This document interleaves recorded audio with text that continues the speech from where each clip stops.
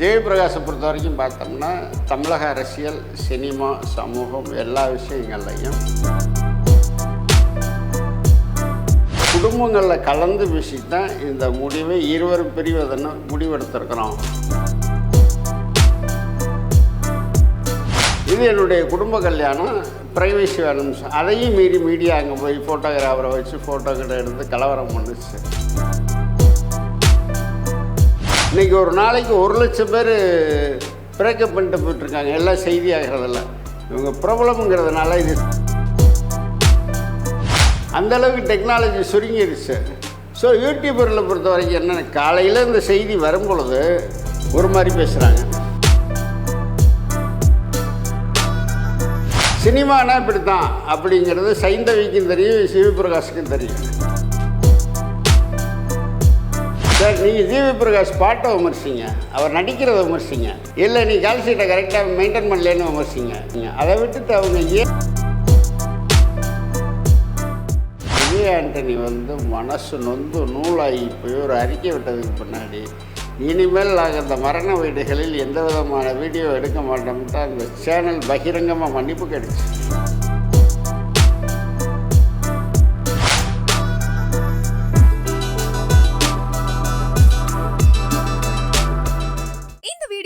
உங்களுக்கு வழங்குபவர்கள் Paces Pay, secure digital payments with multiple features and great success rate. வணக்கம். இன்றைய சந்திப்பில் நம்முடன் இணைந்திருப்பவர் பத்திரிகையாளர் ராமானுஜம் அவர்கள். வணக்கம். வணக்கம்.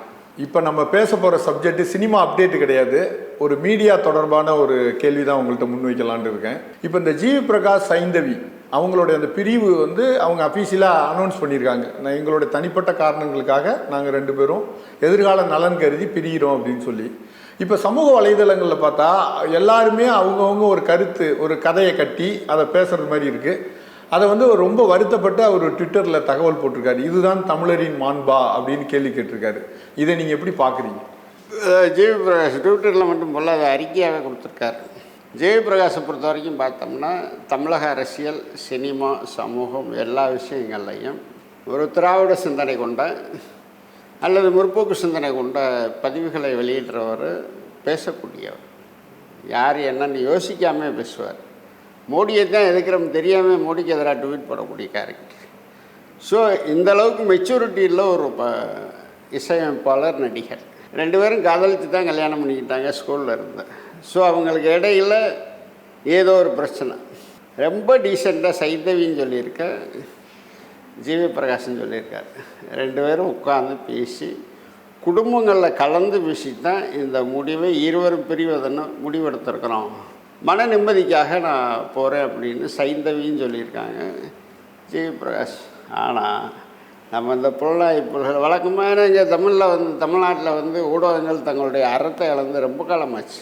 இது எங்கேருந்து ஆரம்பிச்சதுன்னா, ரஜினிகாந்த் கல்யாணத்துலேருந்து ஆரம்பிச்சிருச்சு. ரஜினிகாந்த் அவருடைய கல்யாணத்துக்கு இங்கே சென்னையில் பத்திரிகையாளரை சந்தித்து எல்லாத்துக்கும் ட்ரீட் கொடுக்குறாரு. திருப்பதியில் கல்யாணம் பண்ண போகிறேன், மீடியா யாரும் வர வேணாம், இது என்னுடைய குடும்ப கல்யாணம், ப்ரைவசி வேணும். அதையும் மீறி மீடியா அங்கே போய் ஃபோட்டோகிராஃபரை வச்சு ஃபோட்டோ கிட்ட எடுத்து கலவரம் பண்ணுச்சு. இதே மாதிரியான ஒரு சம்பவம் இந்தியாவுடைய புகழ்பெற்ற நட்சத்திர கிரிக்கெட்டு டெண்டுல்கர், அவருடைய கல்யாணத்துக்கு 100 பேர் தான் கூப்பிட்டார். அப்போ மீடியா அவர்கிட்ட கேள்வி வைக்குது, சர்வதேச அளவில் புகழ்பெற்ற கிரிக்கெட் வீரர் நீ, இது என்னோட திருமணம், என்னுடைய குடும்ப உறுப்பினர்கள் நிம்மதியாகவும் சுதந்திரமாகவும் வந்துட்டு போகக்கூடிய ஒரு நிகழ்வு அது. இது எல்லாருக்குமான நிகழ்வு அல்ல. அதனால் எனக்கு விருப்பப்பட்ட அல்லது எனக்கு தெரிஞ்ச, என்னை உலகம் புறா தெரியும், ஆனால் எனக்கு எல்லாத்தையும் தெரியாதுல்ல. அதனால் இது அந்தரங்கமான விஷயம்னு சொன்னார். அதே அளவுகோல் தான் இங்கேயும் பார்க்கணும். ஏன்னா மீடியாவுக்கு அளப்பரிய வரம்பற்ற சுதந்திரம் இருக்குது, இல்லைன்னு மறுக்கலாம். யாரையும் இந்த இடத்துல நிறுத்தி கேள்வி, ஆனால் எங்கே நிப்பாட்டுறோம், என்ன கேள்வி கேட்குறோம்ங்கிறதுல ஒரு வரம்பு இருக்குது. நீங்கள் 2 உதாரணங்கள் காட்டினீங்க, ரஜினிகாந்த் அண்ட் டெண்டுல்கர். ஆனால் அதில் நடந்த ஒரு விஷயம் அவங்க அந்த திருமணத்தை பார்க்க போய் ஃபோட்டோ எடுத்து அதை தான் போடுறாங்க. இவங்க என்னென்னா 2 பேர் பிரிவுக்கு காரணம், இவங்களே ஒரு காரணத்தை பேசுகிறாங்க மீடியாவில். இல்லை, அதைத்தான் சொல்ல வரேன். இந்த வரலாறு என்னென்னா, ஜிவிபிரகாஷ் 14 வயசில் அவர் 14-15 வயசில் நேஷ்னல் அவார்டு வின்னர் அளவுக்கு போன ஒரு இசையமைப்பாளர். ஸோ அவருக்கு ஏங்க பிரியறோங்கிறது ஒரு மெச்சூரிட்டியோடு தான் பிரிகிறாங்க. இதை மீடியா அன்னைக்கு இவங்களுடைய செய்தி பசிக்கு அங்கே வந்து ஒரு கொலை நடக்குது, இல்லை சமூக அத்துமீறல் நடக்குது, வரம்பு மீறி ஒரு சம்பவம் நடக்குதுன்னா நீங்கள் கேமரா உள்ள நீட்டலாம். இது ஒரு கணவன் மனைவிக்கு இடையில் கிவன்டைக் பாலிசி இன்றைக்கி ஒரு நாளைக்கு 1,00,000 பேர் பிரேக்கப் பண்ணிட்டு போயிட்டுருக்காங்க. எல்லாம் செய்தி ஆகிறதில்ல. இவங்க ப்ராப்ளம்ங்கிறதுனால இது சமீபத்தில் இது மீடியாவுக்கு இந்த நோய் எங்கே வந்துச்சுன்னா தனுசு மனைவி. இல்லை இந்த யூடியூப் பெருக்கம் இருக்குல்ல, இந்த யூடியூப் சேனலோட பெருக்கம், யூடியூப் வந்து தமிழில் அதுவும் ஒரு காரணம்னு நீங்கள் நினைக்கிறீங்களா? ஆமாம். இப்போ யூடியூப் வந்து நீங்கள் பார்த்தீங்கன்னா தமிழ் சினிமாவில் வருஷத்துக்கு 250 படம் ரிலீஸ் ஆகுது. ஆனால் இங்கே இருக்க தமிழ் சினிமாவை பற்றி விமர்சனம் பண்ணுறது, அதுக்கு வந்து மார்க் போடுறான், ரேட்டிங் போடுறான், எல்லாம் போடுறேன்ட்டு கிட்டத்தட்ட ஒரு 1,00,000 யூடியூப் சேனல் இருக்குது. நீங்கள் மொபைல் இருந்தால் யூடியூப் சேனல். இன்றைக்கி நீங்கள் முதல்ல எல்லாம் பார்த்தீங்கன்னா சினிமா நிகழ்ச்சிகள் அல்லது அரசியல் கூட்டங்களில் பார்த்தீங்கன்னா இது மாதிரியான கேமராக்கள் தான் இருக்கும். இப்போ பார்த்தீங்கன்னா தம்மாத்தோண்டு மொபைல் தான் நிற்கிது. அந்தளவுக்கு டெக்னாலஜி சுருங்கிருச்சு. ஸோ யூடியூபரில் பொறுத்த வரைக்கும் என்னென்ன, காலையில் இந்த செய்தி வரும் பொழுது ஒரு மாதிரி பேசுகிறாங்க, ஒரு மணி நேரத்தில் இல்லை அந்த காரணம் இல்லையா இந்த காரணமாக டைட்டில் மாறுது. அதுக்கு பின்னாடி ஜிவி பிரகாஷ் அறிக்கை வந்த பின்னாடி இல்லை இது ரெண்டுமே இல்லை, ஜிவி பிரகாஷ் இப்படி சொல்லியிருக்காரு. ஸோ இவங்க ஒரு ஒழுக்கக்கேடான அல்லது வரம்பு மீறி முறையற்ற வகையில் பணம் சம்பாதிக்கிறதுக்காக ஒரு தனிப்பட்ட பிரபலமான இவங்க 2 பேருமே தமிழ் சினிமாவுக்கு மிகப்பெரிய பங்களிப்பு செஞ்சவங்க, சாதாரண ஆட்கள் கிடையாது. இவங்களை பற்றி இது வரைக்கும் எந்த ஒரு கிசுகிசுவும் கிடையாது. நடிகர்களுடைய நெருக்கத்தினால தான் இந்த பிரச்சனை. ரஜினிகாந்துக்கு இல்லாத நெருக்கமா, கமலஹாசனுக்கு இல்லாத நெருக்கமா, எல்லாத்துக்குமே நெருக்கம் இருக்க, இல்லாமையெல்லாம் இல்லை. சினிமானா இப்படித்தான் அப்படிங்கிறது சைந்தவிக்கும் தெரியும், சிவி பிரகாஷுக்கும் தெரியும். அதாவது பொருளை கிளப்பி விடுறதுன்னு ஒன்று இருக்குல்ல. இல்லை, ஜிவி பிரகாஷ் அந்த அறிக்கையில் என்ன சொல்கிறாருன்னா, எங்கள் உறவினர்கள், எனக்கு நெருக்கமானவர்கள், என்ன மேலே வந்து பிரியம் உள்ளவர்கள் எல்லாத்தையும் நான் கலந்து ஆலோசனை பண்ணினா அந்த முடிவை நாங்கள் 2 பேரும் எடுத்திருக்கோம். என்ன நீங்கள் பிரபலமாக்குறேங்கிற அந்த கடமை, அந்த உணர்வில் நீங்கள் வந்து எல்லை மீறி பேசுகிறது மாதிரி இருக்குது. இதுதான் தமிழரின் பண்பாடா அப்படின்னு அவர் கேட்குறாரு. சார், நீங்கள் ஜிவி பிரகாஷ் பாட்டை விமர்சிங்க, அவர் நடிக்கிறத விமர்சிங்க, இல்லை நீ கால்ஷீட்டை கரெக்டாக மெயின்டைன் பண்ணலன்னு விமர்சிங்க, சைந்தவி பாடுறதை விமர்சிங்க. அதை விட்டுட்டு அவங்க ஏன் பிரிகிறாங்க, ஏன் சேர்ந்தாங்கன்றதை பேசுகிறேன். இந்த நோய் எங்கிறது வந்துச்சுன்னா தனுஷோட மனைவிங்க 2 பேரும் பிரிஞ்சப்போ இங்கே அதை பற்றி பேசினாலே உங்களுக்கு யூடியூப்பில் வந்து சர்வன்னு ஏறிச்சு வியூவர்ஸு. அதை ஆரம்பித்து வச்ச புண்ணியம் வந்து நம்ம பிரபல நடிகர் நண்பர் பைல்வான் ரங்கநாதனுக்கு தான் சேரும். அவர் தான் அதை ஆரம்பித்து வச்சார். அங்கே அவர் நூல் பிடிச்சது இன்றைக்கு வரைக்கும் அது போய்கிட்டே இருக்குது. ஸோ அப்போ பைல்வான் பேசுனார், அப்போ நம்ம பேசுனா ஹிட்டு கிடைக்குமோ, அடுத்தவன் குடும்பம் எப்படிங்கிறத பற்றி நம்ம கவலை இல்லை, நம்ம யூடியூப் சேனலுக்கு சப்ஸ்கிரைபர் கூடுதான். இல்லை, அவங்க பிரபலம், அவங்கள பற்றி நம்ம ஒரு செய்தி வெளியிடுறோம், அதோடு நம்ம நிறுத்திக்கலாம் அந்த செய்தியோட. அதை மீறி நம்ம செயல்படுறது நம்மளுடைய அந்த இது தப்போ இல்லை. அதாவது ஊடக அறம்னு ஒன்று இருக்குது. யூடியூப்புங்கன்னா கூட அது வந்து அச்சு ஊடகம் இல்லை, இணைய ஊடகம் இல்லைனாலும் அது ஃபயர் மாதிரி சீக்கிரம் போய் சேரக்கூடிய இடம். அவங்களுக்கு ஒரு சமூக பொறுப்புன்னு ஒன்று இருக்குது. இப்போ ஜிவி பிரகாஷ் 1,00,000 யூடியூப் சேனலுக்கு போய் சொல்லிகிட்டு இருக்க முடியாது. இது கிராமம் அல்லது தெலுங்கு இருந்துச்சுன்னு வைங்க, சாயந்தரம் எந்த யூடியூப் சேனலும் ரன் ஆகியிருக்காது, வேறு மாதிரி எங்கள் கலவரம் நடக்கும். இங்கே என்ன சொன்னாலும் கேட்க மாட்டோம்ன்றாங்கன்ட்டு கண்டும் காணாமையும் போகிறதுனால இங்கே இருக்க யூடியூப் சேனல் மட்டும் கிடையாது. நீங்கள் இணையத்திலே டைட்டில் பார்த்தீங்கன்னா ஜிவி பிரகாஷ் பிரிந்ததுக்கு என்ன காரணம் தெரியுமா, ஒரு டைட்டில் சைந்தவி வந்து சுழுக்கெடுத்தாராமே ஜிவி பிரகாஷை. பத்திரிகை தர்மங்கிறதை மீறி, ஏன்னா ஊடக முதலாளிகள் அதை வந்து சரி நமக்கு பரபரப்பாக இருக்காப்பா போடுப்பா. இல்லை, இப்போ அவங்க தனிநபராக பார்த்தீங்கன்னா அவங்களும் நம்மள மாதிரி ஒரு மனிதர், தனிநபராக இருக்காங்க, பிரபலமாக இருக்காங்க. இப்போ நம்ம ஒரு இடத்துக்கு போனால் நம்மளை யாருன்னு தெரியாது, அவங்க ஒரு இடத்துக்கு போனால் தெரியும், அவங்க சினிமாவில் ஒரு பிரபலம். நம்ம ரொம்ப அத்துமீறி மீடியா அதில் வந்து நுழைஞ்சி அவங்களோட மன உளைச்சல் ஏற்படுத்துகிற அளவுக்கு நம்ம செய்தியை வெளியிடுறோமோ. சரிங்க, சினிமாவை பொறுத்த வரைக்கும் சினிமாவை சார்ந்து குறைந்தபட்சம் சென்னையில் மட்டும் ஒரு 10,000 யூடியூப் சேனல் இருக்குது. இந்த 10,000 யூடியூப் சேனலுக்கு டெய்லி உங்களுக்கு வேணும். பிரபலமானவன் கொலை செஞ்சால் தண்டனை இல்லாமல் போயிடுமா? இதே அளவுகோல் தானே சாமானியனுக்கும், இதே அளவுகோல் தானே யூடியூப் நடத்துகிறவருக்கும்.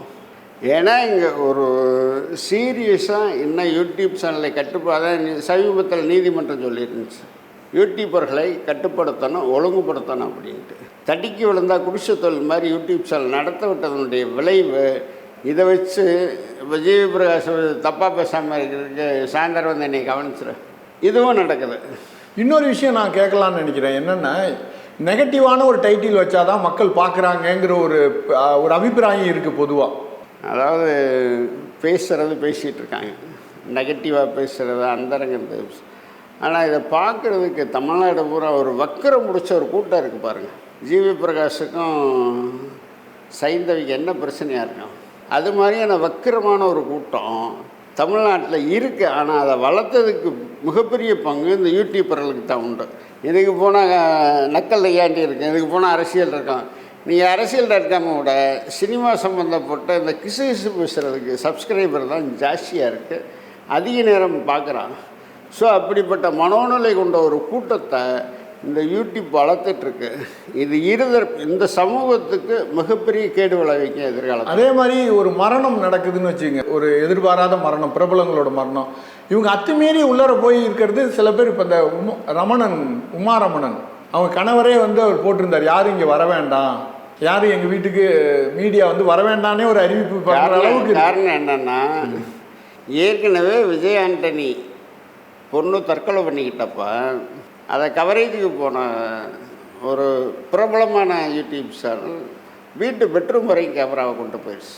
அது வெளியே டெலிகாஸ்ட் ஆகிடுச்சு. அப்போ விஜய் ஆண்டனி வந்து மனசு நொந்து நூலாகி போய் ஒரு அறிக்கை விட்டதுக்கு பின்னாடி, இனிமேல் நாங்கள் இந்த மரண வீடுகளில் எந்த விதமான வீடியோ எடுக்க மாட்டோம்ட்டு அந்த சேனல் பகிரங்கமாக மன்னிப்பு கிடைச்சு. ஸோ அந்தளவுக்கு இவங்களுக்கு என்னென்னா, யாருமே சொல்லாத ஒரு விஷயத்தை நம்ம சொன்னால் நமக்கு ஹிட் ஏறும்ன்ற மனோநிலை. ஆனால் இது வந்து அந்தரங்கம் புனிதமானது இல்லை, அந்தரங்கமான விஷயங்களை வந்து ஒரு அளவுக்கு, அதாவது நீங்கள் வந்து வரம்பு மீறுவது அல்லது அரசியல் ரீதியான பிரச்சனைகளுக்கு நீங்கள் இந்த விஷயங்களை எடுத்து இன்வெஸ்டிகேஷன் ஜேர்னலிசம்னு போகலாம். ஒரு நடிகை, ஒரு இசையமைப்பாளர், ஒரு பாடவி, இவங்களுக்கெல்லாம் இடையில் இருக்கிறத நீங்கள் அத்துமீறி வரம்பு மீறி தான் போயிட்டுருக்குங்க மீடியா. இதை கட்டுப்படுத்துவதற்கான சட்டங்கள் வந்தால் மட்டும்தான்.